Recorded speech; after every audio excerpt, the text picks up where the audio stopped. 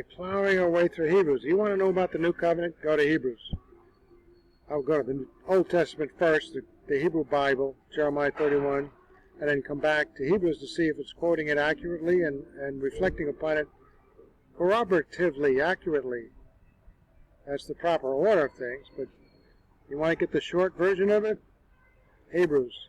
So Hebrews 9:12, and not through the blood of goats and calves, but through his own blood, Christ's own blood, he entered the holy place once for all, having obtained eternal redemption. This has the new covenant in view, of which benefits the church. But the new covenant parties, God, house of Israel, house of Judah. The church is not a party to the new covenant. They're beneficiaries and servants of it. When you share the gospel, you're a servant of the new covenant, which benefits all mankind. We know that in the Abrahamic covenant as well. All mankind are affected in glorious ways. Hebrews 9:12 indicates that the sacrifices of the old Mosaic Law covenant were ineffectual for eternal redemption, for receiving forgiveness unto eternal life. But Jesus Christ made an offering of himself that secured a redemption which is valid for all eternity, for all of mankind who choose to believe in him for that. Hebrews 4:2, 6:1, and 12. So, he, Christ, had won for his people and for all of mankind an effective salvation which is not dependent in any way upon earthly sacrifices or human doing, such as the old covenant of the law of Moses. It's interesting, so many people think how wonderful their music is to all ears, and they want everybody to hear it. What Christ did on the cross was final and forever and for all mankind. It needs no supplement, renewal, or human doing to maintain.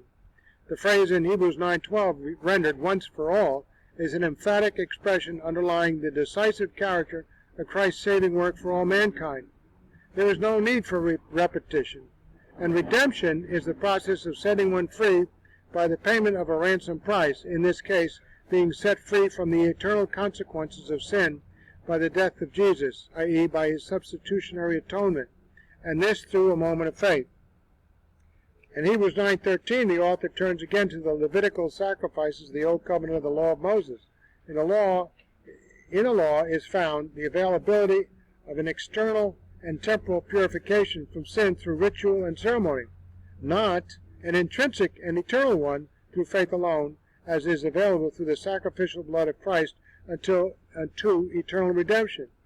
The Levitical system was effective within its limits, but those limits were concerned with what is outward and temporal, not eternal. And those rituals and ceremonies had to be repeated constantly. It's like 1 John 1:9 in the Christian life. You know you have to keep confessing sins because you know you sin all the time. So come to mind, confess, and move on. And it says, if we confess our sins, we believers confess our sins, God is faithful because Christ died for the sins of all mankind throughout. God is faithful and just. He's justified because Christ died for our sins and can do it now to forgive us these sins that we confess. Just and faithful to forgive us these sins that we confess and purify us from all unrighteousness, even the stuff that we don't remember or refuse to remember. Then in Hebrews 9:14, how much more will the blood of Christ, who through the eternal Spirit offered himself without blemish to God, cleanse your conscience from dead works to serve the living God, stresses the incomparable greatness of Christ and his sacrificial work for all mankind. The blood of Christ means Christ's death regarded as a sacrifice for sin, according to the ongoing context from the beginning of the book of Hebrews and now through verses chapter 9:12 to 14. Although blood can be symbolic of physical life, it is not an allusion to life in the context of this passage, as some contend. The context is fully established that Christ offered himself in sacrifice to God for the sins of all mankind through the shedding of his blood. The Hebrew word rendered unblemished is the adjective used to describe animals approved for sacrifice, animals without defect of any kind under proper observation of the covenant of the Mosaic Law. It was meant also to be a picture of Christ's sinless perfection in his once-for-all sacrifice, of which the animal sacrifices were only a picture, not the reality. So Hebrews 9:14, which is rendered, how much more will the blood of Christ, who through the eternal Spirit offered himself without blemish to God, cleanse your conscience from dead works to serve the living God, makes the point that the eternal Spirit has empowered Christ in his sacrificial work.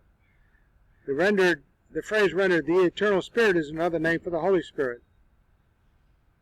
So, Isaiah 42:1 and 6. Behold my servant whom I uphold, my chosen one in whom my soul delights. I have put my Spirit upon him.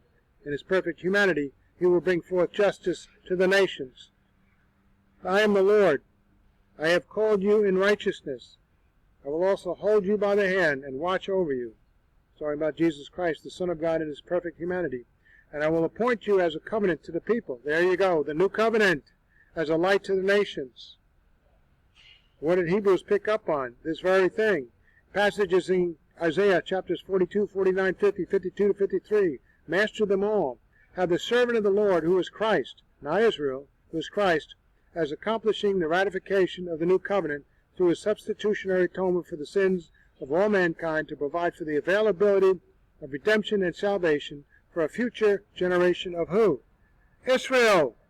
And all of mankind, oh yes, and all of mankind, through faith throughout the ages in the power of the Holy Spirit, the eternal Spirit. While Christ's human spirit is involved in his own sacrifice, the Spirit of God is involved as well. It seems that the writer has chosen this unusual way of referring to the Holy Spirit to bring out the truth that there is an eternal and divine aspect to Christ's saving work. So Christ then offered himself without blemish in a substitutionary atoning sacrifice for all mankind, the aim being to cleanse our consciences from dead works, affording not only God's gracious salvation of a future generation of Israel, but the salvation of all of mankind throughout the ages from the beginning through faith. It is important to be clear that Christ's saving work operates on quite a different level from that of the Levitical sacrifices. The latter sacrifices were temporal and external, but Christ's work of redemption was concerned with erasing the effect of all sins upon mankind once and forever. Since when they are committed, become part of the conscience within a man, leaving him with the knowledge of his accountability before God, which leads to eternal condemnation. So Christ's sacrifice was for the cleansing of the conscience of one as a result of Christ himself paying the penalty of one's eternal condemnation, even before they even occurred, some of those sins, past, present, and future. The ones future have already been paid for and have already been forgiven of them by faith alone in Christ alone, and all of us who have done that have been forgiven in the like manner. So something that the sacrifices under the law or any human doing could never do was Christ's propitiatory sacrifice for the sins of all mankind. Note that the NIV renders Hebrews 9:14b, cleanse our consciences from acts that lead to death, but the Greek text literally reads, cleanse our consciences from dead works, in the sense of the cleansing of the consequences from God of sinful acts committed that are placed upon the consciences of individuals, thus providing for forgiveness of sinful acts to those who have believed in Christ for salvation. One's conscience can only be cleansed through the faith that one expresses in Christ's substitutionary atonement, and not through dead works, such as the Old Covenant rituals, which did not have that purpose in the first place. Once one's conscience is cleansed via faith in Christ's sacrifice, one is then enabled to serve the living God instead of suffering eternal condemnation. Hebrews 9:15, for this reason he is the mediator of a new covenant, so that since a death has taken place for the redemption of the transgressions that were committed under the first covenant, those who have been called may receive the promise of the eternal inheritance. For where a covenant is, there must of necessity be the death of the one who made it. Hebrews 9:15 says the phrase rendered, and for this reason, refers back to the good things having come, and what follows in Hebrews 9:11 to 14, not the least of which includes Christ having obtained eternal redemption for all mankind, and the cleansing of one's conscience from dead works to serve the living God through the death of Jesus Christ, the ratification in his blood of his mediatorship of the new covenant, and his payment for the sins of all mankind. Hebrews 9:15 goes on to add that Christ's death made redemption and an eternal inheritance presently available in this age and all time frames from the beginning of creation after the fall. Furthermore, the new covenant in verses 15 to 16 must be the same new covenant spoken of in Jeremiah 31, because Hebrews 8:8 to 12 actually quote Jeremiah 31, 31 to 34, stipulating the precise terms of that covenant. And Hebrews 9, 15 to 16 contrasts the new covenant with the old covenant, the Mosaic Law. Thus, Hebrews 9, 11 to 16 conveys that good things therein referred to are a present reality in the lives of believers. This is so because Christ's death, his substitutionary atonement for sins, in order to make and then fulfill the yet future new covenant with the future restored Israel in the promised land, was also for the benefit of all mankind of all ages, from Adam and Eve on, by faith in him. So his death, not only was for the benefit of a future generation of restored Israel under the terms of that covenant for the parties of that agreement, it was also for the benefit of all mankind from the beginning of creation, after the fall, and throughout the ages, who are not party to that covenant. Therefore, these verses form a strong argument that the church is presently experiencing blessings because of Christ's mediatorship of the new covenant via his substitutionary atonement for the sins of not just the future generation of Israel, but of all mankind, not the least of which is the redemption of the individual's transgressions under their endeavors to keep the old covenant, the law, and all their sins, unto an eternal inheritance, eternal life, by grace through faith alone, in Christ's substitutionary atonement for sins alone. Now, again, remind you that ancient Israel, all generations of Israel before the future one that will all believe, are not parties to the new covenant, because not all of that generation, whichever it is, over these past 2,000 years and before, have believed in Christ alone for salvation. So they are servants like the church is. We're servants and beneficiaries of the new covenant, but not participants as parties. It's between God and the house of Israel and the house of Judah and that future generation of Israel when Christ comes again, second coming. Nevertheless, the benefits for believers of the church age in view in the book of Hebrews received through Christ's priesthood ministry, which ratified the new covenant in his blood, his substitutionary atonement for mankind, are similar, but not identical to those of the parties of the yet future new covenant that God will make with, has not been made yet, not ratified yet, and fulfilled with the future generation of Israel, because that future generation of Israel has not expressed a moment of faith alone to the man in Christ alone. So we have Jeremiah 31 and Ezekiel not fulfilled yet, future generation. For example, believers in the church age, Jews and Gentiles, have been persecuted and dispersed, as opposed to a future generation consisting of exclusively of Israelites under the new covenant, who will all be gathered from all over the earth to occupy, own, and prosper in the land promised to the few forefathers of Israel, the promised land without any persecution or disbursement. There's a major difference. And according to the book of Hebrews, those same persecuted Jews and Gentile believers over the last church age, a couple of thousand years nearly, who have neither matured in the faith nor lived faithful lives under the benefits of Christ's priesthood ministry, are juxtaposed to the future generation of Israelites, which will have a full and perfect knowledge and faithfulness to God's laws, as stipulated in God fulfilling his new covenant with and in them, all as a result immediately of a moment of faith alone in Christ alone of each and every Israelite in that generation. That would be amazing.